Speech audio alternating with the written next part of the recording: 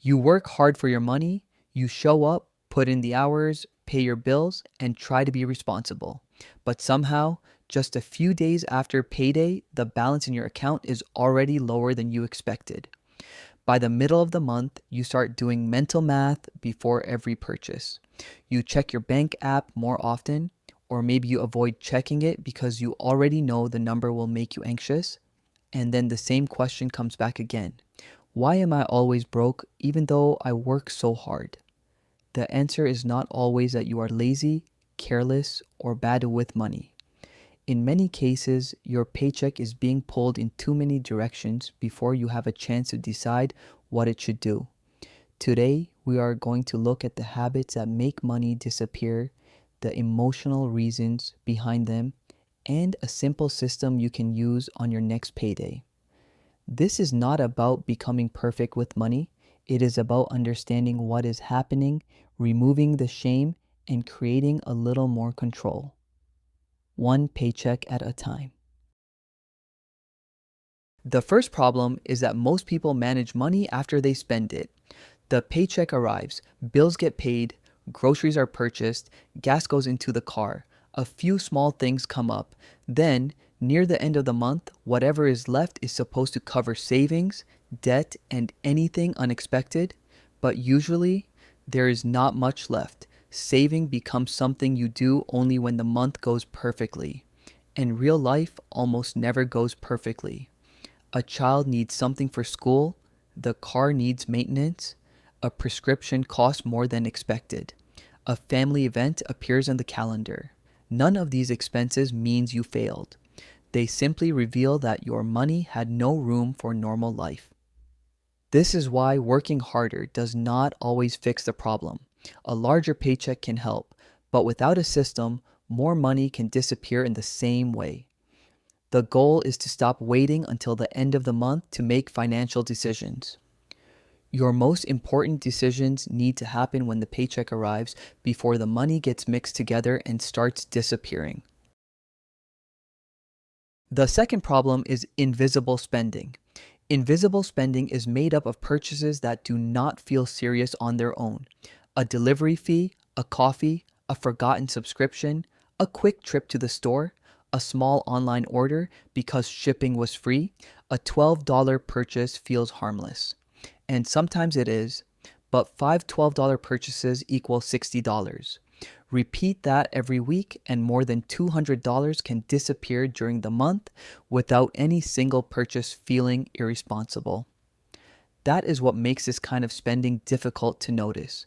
There is no dramatic moment. There is no one purchase that explains everything. It happens quietly. The solution is not to remove every small pleasure from your life. That usually creates frustration and makes the plan harder to follow. Instead, look for repeated spending. One coffee will not destroy your finances, but a pattern that appears 3 or 4 times every week deserves attention. Ask yourself, what do I buy often without deciding in advance? That question is more useful than asking, what should I never buy again? You are looking for patterns, not reasons to punish yourself. The third problem is emotional spending. After a long day, convenience feels valuable. You may order food because you are tired. You may buy something online because it gives you a small feeling of relief. You may spend because you are stressed, bored, discouraged, or simply tired of saying no to yourself. This does not mean you are weak. Your brain is choosing a reward you can feel right now over financial security that feels far away. The purchase is real today. The emergency fund is a future idea. The cycle often becomes stronger when money already feels stressful. You spend for relief. Then you feel guilty. Because you feel guilty, you avoid looking at your account. And when you avoid it, small financial problems grow quietly. Shame does not fix the cycle. Shame usually creates more avoidance. A better response is curiosity. Before an unplanned purchase, pause for 10 seconds and ask, what am I trying to feel right now? Maybe you need rest. Maybe you need food. Maybe you need a break or a small reward. The goal is not to judge the feeling. The goal is to notice when spending becomes the automatic answer to it. There is another reason your money may feel unpredictable: irregular expenses, car repairs, birthdays, school costs, medical copays, annual subscriptions, holidays, and home maintenance do not happen every month. Because of that, we often treat them like surprises. But many of them are not truly unexpected. We simply did not prepare for them. Imagine that you know your car registration, holiday spending, and several family birthdays will cost about $1,200 over the next year. That sounds like a large expense when it arrives all at once. But spread across 12 months, it is $100 per month. If you are paid twice a month, it becomes $50 from each paycheck. The expense did not become smaller. It became easier to handle because you started preparing before the deadline. This is an important shift.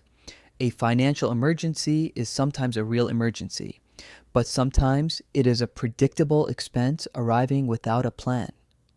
When you prepare for irregular costs, fewer normal events need to go on a credit card, and that gives your paycheck more protection from the future. Now, let us build a simple money reset system. On payday, divide your money into 4 jobs before you begin spending.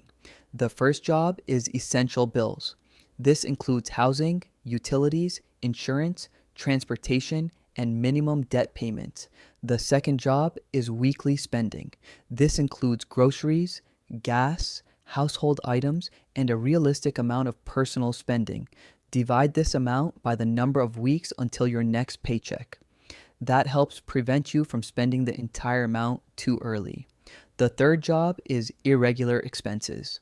Put a small amount aside for the costs you know will appear later, even if they do not appear every month.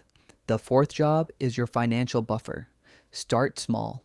$25 or $50 per paycheck may not feel impressive, but it creates distance between a normal inconvenience and another credit card charge.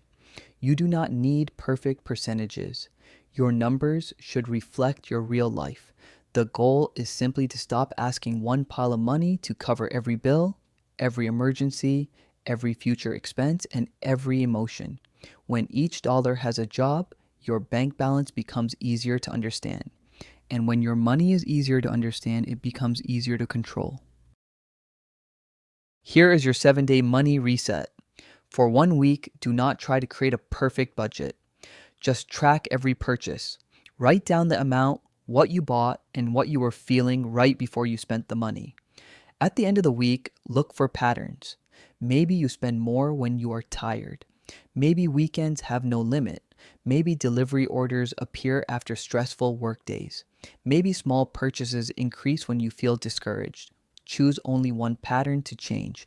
You might set a delivery limit, cancel 2 subscriptions, move $30 into savings on payday, or create a weekly spending amount instead of guessing every day.